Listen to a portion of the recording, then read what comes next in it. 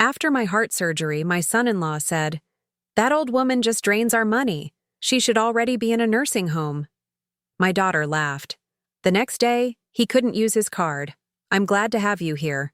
Follow my story until the end and comment the city you're watching from, so I can see how far my story has reached." The steady beep of the heart monitor had been my constant companion for 3 days.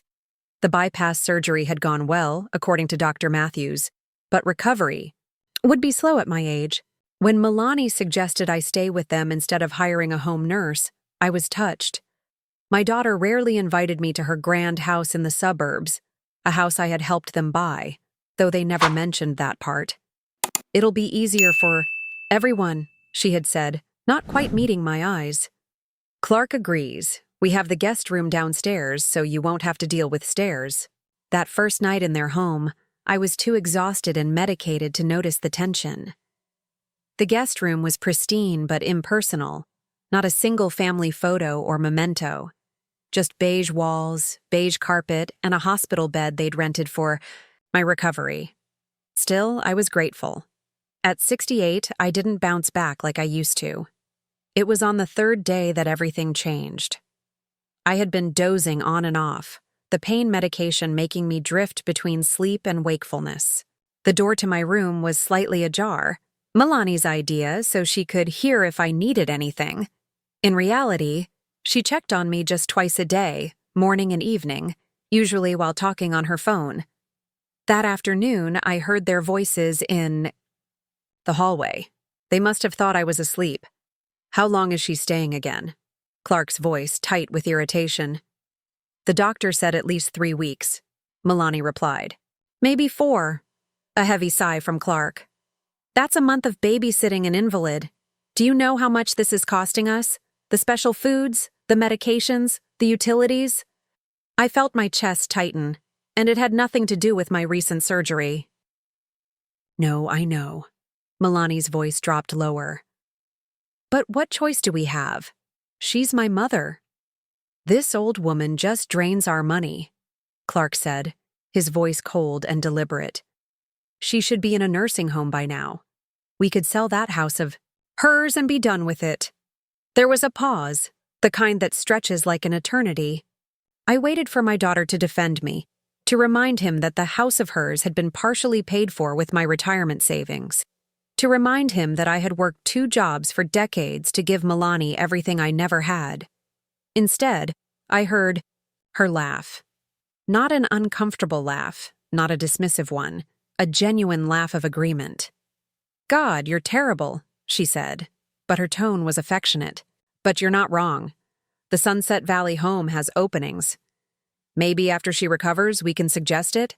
Say it's for her own good?" "The sooner the better," Clark replied. "Every day she's here is another day we're hemorrhaging money." Their voices faded as they moved toward the kitchen. I lay there, a fresh kind of pain spreading through my chest, one that no surgery could fix. My own daughter, my only child, the girl I had raised alone after her father left us when she was just 3, the child I had sacrificed everything for. That night, I didn't sleep. I stared at the ceiling, the conversation replaying in my mind like a horror movie I couldn't turn off. When Milani brought my evening medication, I swallowed it dutifully and thanked her with a smile that felt like broken glass on my lips. "You look pale, Mom," she said, glancing at her watch. "Should I call the doctor?" "No, dear," I replied. "Just tired." "Recovery takes time at my age," she nodded, already turning toward the door. "Clark and I have that charity gala tomorrow night. Mrs. Peterson from next door will check on you. I've left her number on the nightstand." After she left, I pulled myself up with effort and reached for my purse. My hands trembled as I took out my phone, not from weakness, but from a cold, clear rage I had never felt before. I called my bank, then my investment manager, then my lawyer. By morning, I had a plan. Not a word would be said about what I'd heard. Not a single tear would be shed in front of them. They wanted my money? They thought I was just a burden, an ATM for their lavish lifestyle? It was time they learned who had really been draining whom. The next evening, I watched from my window as Milani and Clark left for their gala, dressed in designer clothes bought with my loans that were never repaid. Clark helped Milani into their luxury SUV, another gift from me for their 5th anniversary. They drove away without looking back, not knowing that everything had already changed. 2 hours later, my phone rang. It was Milani, her voice shrill, with panic. "Mom, something's wrong with our accounts." Clark's card was declined at the gala dinner. It was humiliating. And when he checked our accounts, everything's frozen. Even my credit cards aren't working. I took a deep, steady breath. "How strange," I said, my voice calm. "You should call the bank in the morning." But we both knew what had happened. I had taken back control of my life, one frozen account at a time. The elderly burden had just shown her teeth. I didn't sleep that night after freezing their accounts. My heart, the one that had just been surgically repaired, felt heavy with a mixture of vindication and grief. As I lay in that impersonal guest room, memories washed over me like waves, each one carrying the weight of decades of sacrifice. It was 1983 when Robert left us. Milani was just 3 years old, a tiny thing with pigtails and a smile that could melt granite. I was 31, suddenly alone with a mortgage, a toddler, and a part-time bookkeeping job that barely covered groceries. "I can't do this family thing anymore, Harriet," Robert had said, packing his suitcase while Milani napped in the next room. "I'm suffocating here." I begged him to stay, not out of love, that had faded years before, but for our daughter's sake. He left anyway, moving to California with his 24-year-old secretary. The child support checks came sporadically for 6 months, then stopped altogether. That first year alone was the hardest. I took a second job waiting tables at night, after putting Milani to bed, leaving her with my elderly neighbor, Mrs. Gladwell. Then I added weekend shifts at the local department store. 3 jobs, barely enough sleep to function, but Milani never went without. She had new shoes when she needed them, pretty dresses for school pictures, dance lessons because she loved to twirl. I still remember her 5th birthday party. I'd worked double shifts for weeks to afford the Barbie dream house she wanted. When she unwrapped it, her eyes went wide with wonder. "How did you know, Mommy?" she gasped, her little hands touching the plastic mansion reverently. "Mommies always know," I told her, hiding my exhaustion behind a smile. I never told her how I'd skipped meals that month to save those extra dollars. She didn't need to know. Children shouldn't carry adult burdens. As Milani grew, so did her needs and her wants. In middle school, it was brand-name clothes so she wouldn't be teased. In high school, it was SAT prep courses and college application fees. I took out a second mortgage on our modest home to ensure she could attend Westlake University when she was accepted. The pride I felt at her graduation was worth every sacrifice, every missed hour of sleep, every gray hair that came prematurely. "You did it, baby," I whispered, hugging her in her cap and gown. "We did it, Mom," she corrected, and my heart soared. That was the last time I remembered her acknowledging my sacrifices. After college, Milani landed a job at a marketing firm. Not a great salary, but enough for her to get her own apartment. Yet whenever she needed something, a security deposit, a new professional wardrobe, a reliable car, she came to me. And I always gave, even when it meant dipping into my retirement. "Savings. It's just until I get on my feet," she would say. "I'll pay you back, Mom, I promise." She never did. Then came Clark. Handsome, ambitious Clark with his business degree and his plans to start his own investment firm. Milani was smitten from their first date. Within 6 months, they were engaged. I had my reservations. There was something calculating in his eyes when he looked at my daughter, something cold when he looked at me. But I kept them to myself. Milani was happy, and that's all that mattered. Their wedding was lavish. far beyond what they could afford on their salaries. When Milani tearfully confessed they were $10,000 short for their dream venue, I wrote the check without hesitation. "You deserve the perfect day," I told her, though it meant postponing my retirement by another year. A year after the wedding, they found the house, a 4-bedroom colonial in an exclusive neighborhood. The down payment was steep, nearly 20% of the asking price. "Mom, we love this house," Milani said over dinner one night, Clark nodding beside her. "But the bank wants such a large down payment. We've been saving, but—" "How much do you need?" I asked, already knowing I would. "Give it, whatever the amount." The figure they named represented almost half of my remaining retirement fund. But the hope in Milani's eyes, the future I imagined for her, perhaps grandchildren playing in that big backyard, made the decision easy. "I'll transfer it tomorrow," I said. Clark reached over and squeezed my hand. "You're amazing, Harriet. We'll pay you back with interest." That was 7 years ago. Not a single dollar had been repaid. Instead, there were more requests for landscaping the new property, for furniture befitting such a home, for a boat because Clark needs to entertain clients. Each time I gave. Each time they promised to repay. Each time they didn't.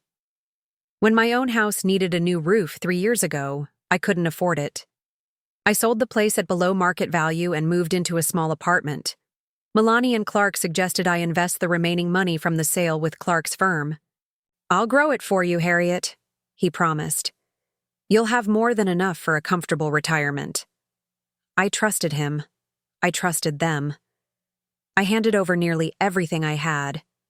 And now here I was, recovering from heart surgery in their guest room, listening to them plot to put me in a nursing home after bleeding me dry for decades.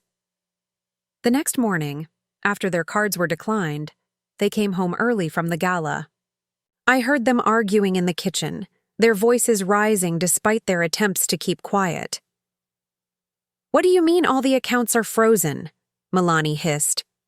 "Exactly what I said," Clark snapped back. "Everything with your mother's name on it. Frozen. And since that's where most of our operating capital comes from, did you call the bank?" "Of course I called the bank. They said it was done at the account holder's request, your mother's request." There was a long silence. "She knows," Milani finally said, her voice barely audible. I closed my eyes, steeling myself for the confrontation I knew was coming. For the first time in decades, I wasn't going to put Milani's feelings before my own. The daughter I raised would have to face the mother she betrayed. The bedroom door opened without a knock. Milani stood there, her gala dress rumpled, her mascara smudged from what I assumed were angry tears. Behind her loomed Clark, his face a mask of controlled fury. "Mom," Milani said, her voice trembling, "we need to talk." "We need to talk," Milani repeated, taking a step into the room. Clark hovered behind her like a shadow. I sat up straighter in the hospital bed, ignoring the twinge in my chest. "Yes, I believe we do." "Why did you freeze our accounts?" she demanded, any pretense of concern for my health now completely gone. I looked at my daughter, really looked at her. The designer dress that hung from her slender frame had cost more than 3 months of my Social Security checks. The diamond earrings catching the light were an investment purchase I had helped finance. Everything about her screamed wealth that she hadn't earned. "They're not our accounts, Milani. They're my accounts." My voice was calm, steadier than I had expected. "I've simply taken back control of my own money." Clark stepped forward, his practiced charm sliding into place. "Harriet, there must be some misunderstanding. We've been managing your investments, helping you grow your retirement." "Stop." I held up my hand. "I heard you both, 3 days ago, right outside this door. I heard every word." The color drained from Milani's face. Clark's smile faltered, then disappeared completely. "You were talking about putting me in a nursing home," I continued. "About selling my house, which, by the way, I already had to sell. Because I gave you so much money that I couldn't afford a new roof. About how I'm draining your money, when in fact it's been the opposite for years. Mom, you misunderstood, Milani began. But I cut her off with a look that silenced her immediately. I understand perfectly now. I didn't before, but I do now. I reached for the glass of water on the nightstand, taking a small sip to ease my dry throat. For 30 years, I have put you first, Milani. I worked 3 jobs when your father left us. I skipped meals so you could have new clothes. I postponed my retirement to pay for your wedding. I gave you the down payment for this house. And we're grateful, we really are, Milani interjected, desperation creeping into her voice. Grateful people don't plot to put their mothers in nursing homes while she's recovering from heart surgery, I replied. Grateful people don't call their mother-in-law a drain on their finances when she's funded their entire lifestyle. Clark's facade cracked. Now wait just a minute. No, you wait, I said, surprising even myself with my firmness. For years I've waited. Waited for the loans to be repaid. Waited for some acknowledgement of my sacrifices. Waited to be treated with basic respect in this family. I'm done waiting. Milani sank into the chair beside my bed, her face a mixture of anger and fear. So what now? You're just cutting us off completely? I'm protecting what's left of my future, I corrected her. Something I should have done years ago. But we have bills, Mom. Mortgage payments, car payments. Get jobs, I said simply. Real ones, not the part-time consulting gigs you both dabble in between spending my money. Clark's face reddened. This is ridiculous. I have a legitimate investment firm. A firm that hasn't turned a profit in 5 years, I countered. During my sleepless night, I hadn't just frozen accounts. I'd gone through statements, tax documents, everything I could access online. The picture they painted was damning. A firm that's been kept afloat by continuous infusions of my retirement. Money! How dare you? Clark began, taking a step toward me. Be very careful about your next move, I warned him, my finger hovering over the nurse call button. I'm still recovering from major surgery in case you've forgotten. He stopped, his fists clenched at his sides. I want you both to leave now, I said. I need to rest. This is our house, Milani protested. A house paid for largely with my money, I reminded her. But don't worry, I won't be imposing on your hospitality much longer. I've made other arrangements. What? Arrangements? Milani asked, suspicion darkening her features. I smiled thinly. You'll find out soon enough. After they left, slamming the door behind them, I let out a long, shaky breath. The confrontation had taken more out of me than I wanted to admit. My heart raced painfully, and I took one of the prescribed nitroglycerin tablets to ease the tightness in my chest. The truth was, I had indeed made arrangements, but they weren't quite complete. The day after overhearing their conversation, while they were both out, I had called my old friend Martha. She had been widowed around the same time I had been abandoned, and we had supported each other through those difficult early years as single mothers. Unlike me, Martha had remarried well and now lived in a spacious condo in a retirement community just outside the city. Of course you can stay with me while you figure things out, she had said without hesitation. The guest room is already made, up. I had also called Gerald Hoffman, an attorney I'd consulted years ago when considering bankruptcy after Robert left. I hadn't needed his services then, finding a way to manage on my own. But I had never forgotten his kindness during our consultation. Mrs. Peterson, I remember you, he had said warmly. What can I do for you now? I explained my situation, the years of financial support, the broken promises of repayment, the overheard conversation, and my decision to freeze the accounts. You've done the right thing, he assured me. But we need to make sure they can't access your funds through other means.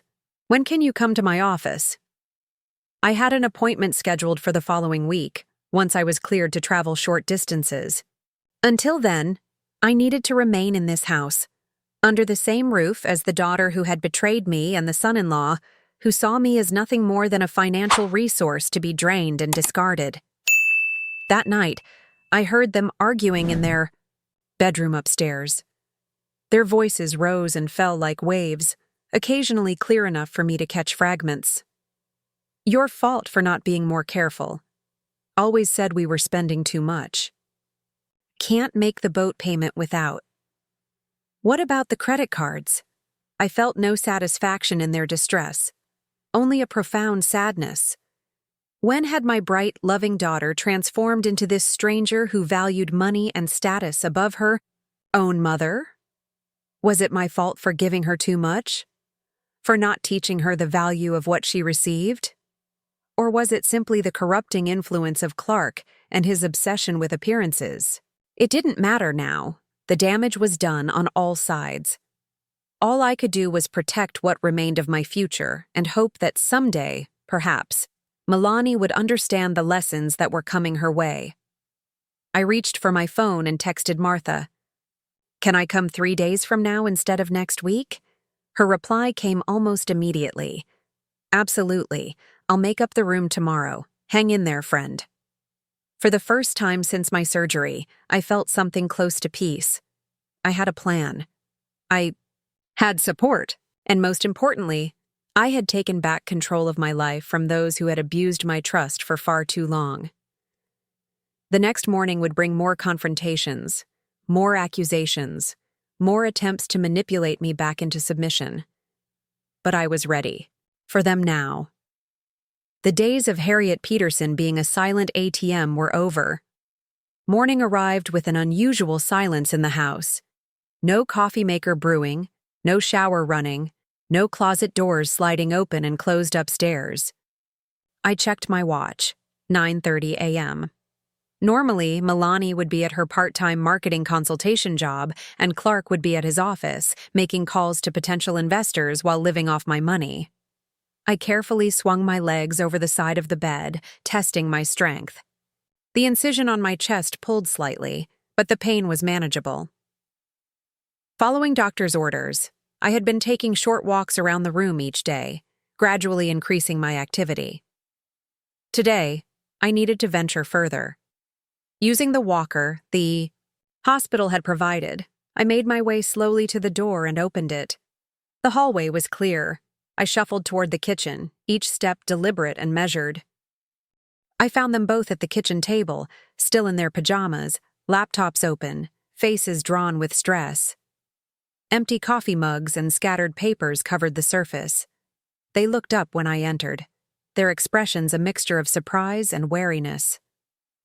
"Mom," Milani said, quickly closing her laptop. "You should be resting." "I need to move around," I replied. "Doctor's orders." Clark didn't even attempt pleasantries. "We need to talk about the accounts, Harriet." I nodded, lowering myself carefully into an empty chair. "Yes, we do." "This is completely unreasonable," he began, his voice tight with controlled anger. "We have obligations. Payments due. Do you have any idea what you've done to our credit rating? I imagine the same thing you plan to do to mine by putting me in a nursing home and selling my house," I replied evenly. Milani at least had the decency to look ashamed. "Mom, that was just talk. We were stressed about money. People say things they don't mean when they're stressed." "Exactly which part didn't you mean, Milani? That I'm draining your money? That I should be in a nursing home? Or was it the laugh you gave when your husband suggested getting rid of me?" She flinched as if I'd slapped her. "That's not fair. No, what's not fair is taking advantage of your mother for decades and then discarding her when she's no longer useful." I looked directly at Clark. "The marina called your cell phone earlier. I answered it since you were both still asleep. They wanted to know when you'll be making the payment on the boat slip. Apparently it's 2 months overdue." Clark's face flushed with anger. "You had no right to answer my phone. And you had no right to spend my retirement money on a boat you can't afford," I countered. "The call went to the landline, by the way. Your cell phone is probably disconnected by now. He stood up abruptly, pacing the kitchen like a caged animal. This is insane. You can't just cut us off without warning. Can't I? You were planning to put me in a nursing home without warning. At least I'm giving you the courtesy of a conversation. Milani reached across the table, her hand stopping just short of touching mine. Mom, please, we can work this out. We're family. Family, I repeated, the word tasting bitter on my tongue. Family doesn't exploit each other, Milani. Family doesn't take and never give back. We've given back, she protested. We're taking care of you after your surgery, aren't we? I laughed, a short, harsh sound that hurt my chest. For 3 whole days, in a house I helped pay for, while plotting to move me to a nursing home. Should I be grateful? Clark interrupted, his business persona suddenly in place. Harriet, let's be practical here. You need your money managed. You're not getting any younger, and healthcare costs aren't getting any cheaper. We can work out a formal arrangement. Stop. I held up my hand. I've already made arrangements with a financial advisor recommended by my lawyer. My money will be quite well managed, thank you. You've talked to a lawyer? Milani's voice rose in panic. I have. Gerald Hoffman. Perhaps you remember him? He helped me review the paperwork when I gave you the down payment for this house. The down payment you promised to repay within 5 years. Clark's facade cracked again. This is how you repay our generosity? By bringing in lawyers? Generosity? I couldn't keep the incredulity from my voice. You've been living off my money. For years. The cars, the vacations, this house. All subsidized by me. And now that I'm actually in need, now that I'm recovering from major surgery, you talk about dumping me in a facility. I pushed myself to my feet, leaning heavily on the walker. I'm leaving in 2 days. Martha Sullivan has offered me her guest room until I can find a place of my own. Mom, don't do this, Milani pleaded, tears forming in her eyes. We can work something out. There's nothing to work out, I said firmly. The accounts will remain. Frozen until my lawyer and financial advisor have reviewed everything. After that, what's mine will remain mine. What's legitimately yours, if anything, will be returned to you. Clark slammed his fist on the table, making the coffee mugs jump. This is extortion. No, Clark. This is consequences. I turned to leave, my legs already shaky from standing too long.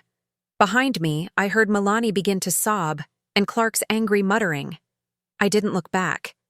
By the time I reached my room, exhaustion had overtaken me. I eased myself onto the bed, my heart racing uncomfortably. I took my medication and closed my eyes, trying to steady my breathing. The confrontation had gone much as I expected. Clark's anger, Milani's manipulation, these were their weapons of choice. In the past, they had always worked on me. The thought of Milani upset or disappointed had been enough to make me give in, time and again. But not anymore. My phone buzzed with a text from Martha. Lawyer friend of mine specializes in elder financial abuse. Want his number? I texted back. Yes, please. The rest of the day passed in uncomfortable silence. Neither Milani nor Clark came to check on me. My dinner, a microwaved frozen meal, was left outside my door without a word. I ate half of it, too nauseous with stress to finish. That evening, I heard the doorbell ring. Curious, I moved to my door and opened it slightly, listening. I'm sorry, sir, but the payment didn't go through, a male voice said. I can't deliver the furniture without payment. There must be some mistake, Clark's voice was strained. Run it again. I've run it 3 times, sir. It's declined. Fine. Just take it back. We'll sort this out and reschedule. After the front door closed, Clark's footsteps stomped up the stairs, followed by the slam of a bedroom door. Later, I heard Milani on the phone, her voice hushed but desperate. Dad, I know it's been a while, but we're in a really tight spot. Mom froze all the accounts. No, she found out about Yes, I know that was wrong, but Dad, please, we can't make the mortgage payment this month. Hello? Dad? The sound of her crying followed, soft but unmistakable. I felt a momentary pang of sympathy. Robert had never been there for Milani when she truly needed him. That hadn't changed, apparently. But my sympathy was tempered by the reality of what she and Clark had done, and what they had planned to do. My phone buzzed again. This time it was Gerald, my lawyer. Appointment confirmed for 11 a.m. tomorrow. I'll pick you up at 10:30. Don't sign anything before we meet. I replied with a simple thank you and settled back against the pillows. Tomorrow would be another difficult day, but for the first time in years, I was fighting for myself instead of sacrificing for others. It wasn't a comfortable feeling, not yet, but it was necessary. The old Harriet would have given in by now, unable to bear her daughter's tears. The new Harriet, the one born in the aftermath of betrayal, knew better. Sometimes love means standing firm, even when it hurts. Sometimes the kindest thing you can do for someone is to let them face the consequences of their own actions. As I drifted off to sleep, I felt oddly at peace. Whatever tomorrow brought, I would face it on my own terms. Gerald Hoffman arrived precisely at 10:30 the next morning. I was dressed and ready, sitting in the guest room with a small suitcase beside me. My heart medication was neatly organized in a pill container, and I had my important documents in a folder, the few I had managed to keep with me rather than in Milani and Clark's safekeeping. I heard the doorbell, followed by muffled voices in the foyer. A moment later, Milani appeared at my door, her expression tight. "There's a lawyer here for you," she said, her voice flat. "You're really doing this?" "Yes, I am," I replied, meeting her gaze steadily. She shook her head, a bitter smile twisting her lips. "I don't even recognize you anymore." "That's funny," I said, reaching for my walker. "I was thinking the same thing about you." Gerald helped me into his sedan, treating me with a gentle deference that felt almost foreign after days of Clark and Milani's coldness. He was in his 70s now, his hair completely white, but his eyes were as sharp and kind as I remembered. "You're doing the right thing, Harriet," he assured me as we pulled away from the house. I didn't look back to see if Milani was watching. At his office, I was surprised to find not only Martha waiting for me, but also a financial advisor named Ms. Patel and another attorney who specialized in elder financial abuse cases. "We thought it best to have everyone here at once," Gerald explained. "There's a lot to go through."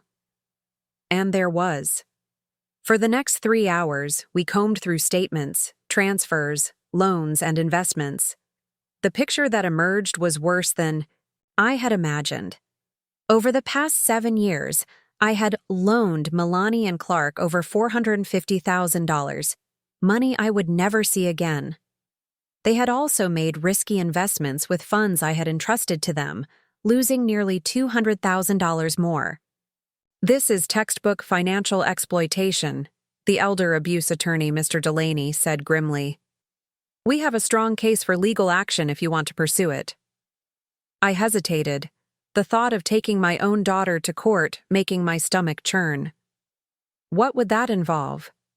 A civil suit to recover the funds, potentially criminal charges for Clark since he was acting as your financial advisor without proper licensing, Mr. Delaney explained. "It would be public, potentially messy, but it might be the only way to recover some of what you've lost."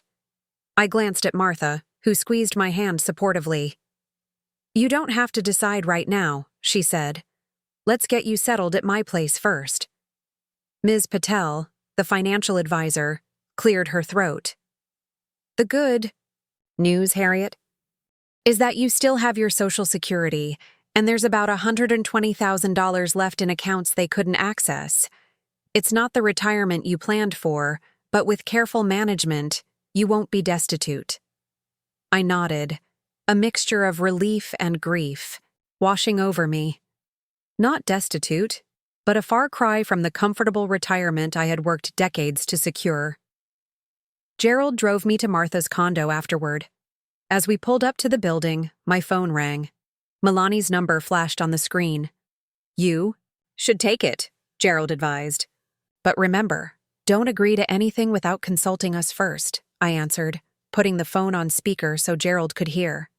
"Hello, Milani." "Mom, you need to come home right now." Her voice was trembling. "This has gone far enough. I'm not coming back, Milani. I've made other arrangements." "You can't just abandon your family," she cried, a note of hysteria creeping into her voice. "Family?" I couldn't keep the bitterness from my tone. "Is that what you call people who plan to put you in a nursing home when you become inconvenient?" That was just talk. We were stressed about money. You know how Clark gets when he's stressed. Yes, I do know. And I know how you get. You enable him, make excuses, and then come to me to clean up the mess. Not anymore. There was a pause, then a different voice came on the line. "Harriet, this is ridiculous." Clark's tone was conciliatory, the smooth, salesman voice he used on reluctant investors. "We can work this out like adults. Come back and we'll discuss a fair arrangement." "There's nothing to discuss, Clark. My lawyers and financial advisor have been through everything. They know exactly what you've done." "Lawyers?" His voice sharpened. "You're threatening legal action against your own family? Do you have any idea how that will look?" "Are you actually worried about appearances right now?" I asked incredulously. "Think about Milani," he pressed. "Think about how this will affect her career if word gets out that her mother is suing her." I closed my eyes, feeling the familiar weight of maternal guilt pressing down on me. Even now, he was trying to use my love for Milani as a weapon against me. "Mom, please."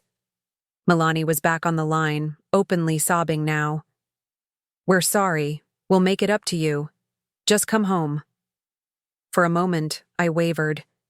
The instinct to comfort my child, to fix everything for her, was almost overwhelming. But then I remembered the cold laugh she had shared with Clark, the casual cruelty of their conversation outside my door. "I am not coming home," I said firmly. "The accounts will remain frozen until my legal team has completed their assessment. If they recommend legal action, I will take it." "You can't be serious," Clark sputtered. "Deadly serious. And Clark, if you ever talk about putting me in a nursing home again, make sure I'm not within earshot." I ended the call and let out a shaky breath. "Well done," Gerald said quietly. "That couldn't have been easy." It wasn't. Nothing about this was easy. But as Martha greeted me at her door with a warm hug and the promise of real homemade soup for dinner, I knew I had made the right choice. That evening, as Martha and I sat on her balcony watching the sunset, my phone buzzed with texts from Milani. The bank called. "We can't make the mortgage payment. Please, Mom." Then, "Clark is talking about bankruptcy. Is that what you want for us?" And finally, "Dad won't help. You're our only hope. If you ever loved me, you'll help now." Martha glanced at the messages over my shoulder and shook her head. "She's still trying to manipulate you. She learned from the best," I said sadly, thinking of all the ways Clark had manipulated both of us over the years. I just never saw it until now. "What are you going to do?" Martha asked. I set the phone aside without responding to the texts. "I'm going to let them figure it out on their own, just like I had to when their father left us. Maybe it's the only way Milani will ever truly grow up." That night, I slept more soundly than I had since my surgery. There were difficult decisions ahead, complex legal matters to navigate, and the heartache of a relationship with my daughter that might never be repaired. But for now, I was safe. I was among friends. And most importantly, I was finally putting myself first after a lifetime of putting everyone else ahead of me. As I drifted off to sleep, I thought about the young mother I had been, working 3 jobs and skipping meals to give Milani everything. That woman would be appalled at what was happening now. But she couldn't have imagined the years of exploitation, the casual cruelty of being called a burden by the child she had sacrificed everything for. Sometimes love means setting boundaries. Sometimes it means letting go. And sometimes it means allowing those you love to face the consequences of their own choices, no matter how painful it might be to watch. 6 months can change everything. The seasons turned from winter to spring, and as the world outside Martha's condo blossomed with new life, I found myself experiencing my own rebirth. My recovery from heart surgery progressed steadily. The scar on my chest faded from angry red to a pale line, a permanent reminder of both physical and emotional healing. Weekly cardiac rehabilitation sessions strengthened my body, while weekly meetings with my financial and legal team strengthened my resolve. In the end, I didn't sue Milani and Clark. Mr. Delaney had built a compelling case for financial exploitation, but when the moment came to sign the paperwork, I couldn't do it. Not because I forgave them, I wasn't there yet, but because dragging this into the public eye would only bring more pain, more bitterness.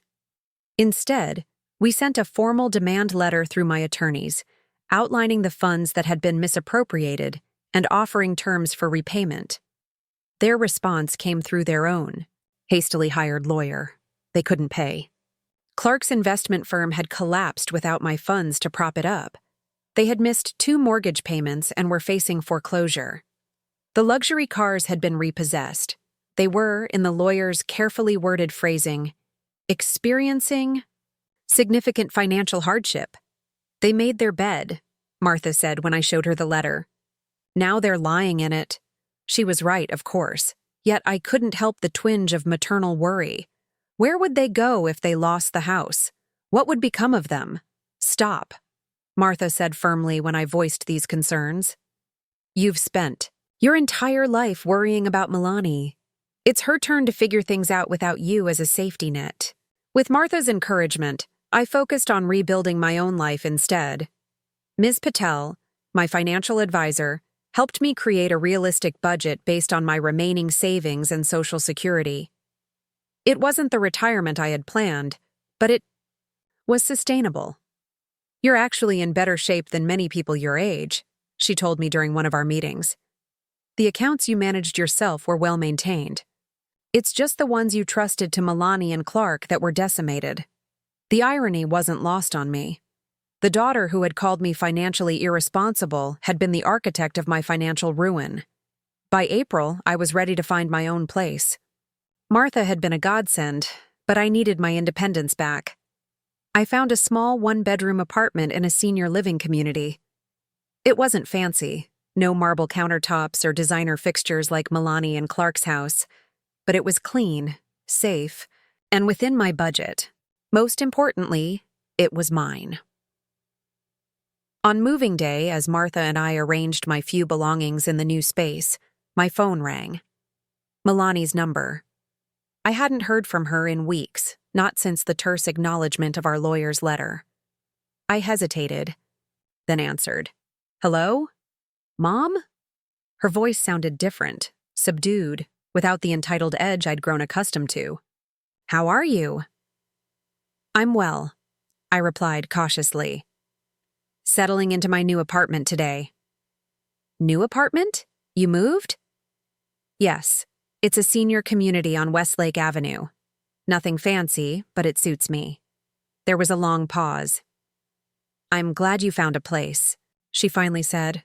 Mom, I need to tell you something. I braced myself, half expecting another plea for money or help. I'm listening. Clark left. The words tumbled out in a rush. After the cars were repossessed and the foreclosure notice came, he just packed a bag and left. Said he couldn't handle the downgrade in lifestyle. He's filed for divorce. I sank onto my new sofa, absorbing this information. Part of me wanted to say, I told you so. I'd had reservations about Clark from the beginning. But the pain in Milani's voice stopped me. I'm sorry, I said instead, and I meant it. No matter what she had done, I never wanted her to experience The kind of abandonment I had faced when her father left. "Don't be," she said, a bitter laugh escaping her. "You were right about him all along, weren't you? You just never said it." "It wasn't my place," I replied. "You were an adult. You made your choice." Another silence stretched between us. "I'm staying with Julie from work for now," she finally said, referring to a colleague I'd met once or twice. "The bank is finalizing the foreclosure next month." And then, "I don't know," she admitted, her voice small. "I'm looking for a full-time job. My part-time marketing work isn't enough to afford an apartment in this area." I closed my eyes, feeling the familiar tug of maternal instinct urging me to offer help, to fix everything. But Martha's words echoed in my mind. "It's her turn to figure things out." "You'll find your way," I said instead. "You're resourceful. You always have been." "Not like you," she replied quietly. "I never had to be. You always made everything so easy for me." It was the closest thing to an acknowledgement of my sacrifices that I'd ever heard from her. Not quite an apology, but a recognition, at least. "Maybe too easy," I suggested gently. "Yeah, maybe." We talked a bit longer, an awkward but civil conversation. She didn't ask for money, didn't suggest moving in with me, didn't make any demands at all. When we hung up, I felt something I hadn't expected, a small flicker of hope. 3 weeks later, she called again. She'd found a job as a marketing coordinator at a local hospital, a significant step down from her previous consulting work, but steady employment with benefits. She had also found a studio apartment she could afford, though it was small and in a less desirable area than she was used to. "Would you like to come see it when I move in next weekend?" she asked hesitantly. I agreed, and the following Saturday, Martha drove me to the address Milani had provided. It was indeed modest, a converted garage behind an older home with just enough space for a bed, a small kitchenette, and a tiny bathroom. Nothing like the spacious, elegant house she had shared with Clark. But what surprised me most was Milani herself. Gone were the designer clothes and perfect manicure. Her hair was pulled back in a simple ponytail, and she wore jeans and a t-shirt as she unpacked her few remaining possessions. "It's not much," she said, watching my face anxiously. "But it's a start." "It's yours," I replied. "That counts for something." We had coffee at her small table, the conversation still careful but warmer than before. As I was preparing to leave, she reached into a box and pulled out a small, worn stuffed rabbit. "Remember this?" she asked, holding it up. I smiled. Recognition flooding through me. "Mr. Floppy. You wouldn't go anywhere without him when you were little." "I found him when I was packing," she said, turning the tattered rabbit in her hands. "It made me think about all the things you did for me back then. How you worked so hard to make sure I had everything I needed, even things like this silly rabbit when you could barely afford groceries." Her eyes met mine, filled with a new awareness. "I never really saw it before. How much you sacrificed. I just took and took, even as an adult. And then with Clark, I became someone I don't even recognize anymore." It wasn't a full apology, but it was a beginning. A recognition of truths long ignored. As Martha and I drove home, I felt lighter somehow. The anger and hurt hadn't disappeared completely. Those wounds were too deep for instant healing. But something had shifted. A door cracked open that had been firmly shut. "Do you think you'll ever trust her again?" Martha asked as we pulled into the parking lot of my new building. I considered the question carefully. "Trust is earned," I finally said. "She's making a start. We'll see where it goes." That evening, as I sat on my small balcony watching the sunset, I thought about the journey of the past 6 months. From the devastating betrayal I had overheard, to the difficult confrontations, to this fragile new beginning. Nothing had turned out as I'd expected in my later years. The comfortable retirement I'd worked for, the close relationship with my daughter, the security I'd sacrificed so much to build, all of it had been upended. Yet here I was, still standing, still healing, still finding my way forward. My phone chimed with a text from Milani. "Thank you for coming today. It meant a lot. Maybe dinner next week? My treat from my first paycheck." I smiled and typed back, "I'd like that." It wasn't forgiveness, not yet. It wasn't the relationship we once had, or the one I had always hoped for. But it was something real, something honest.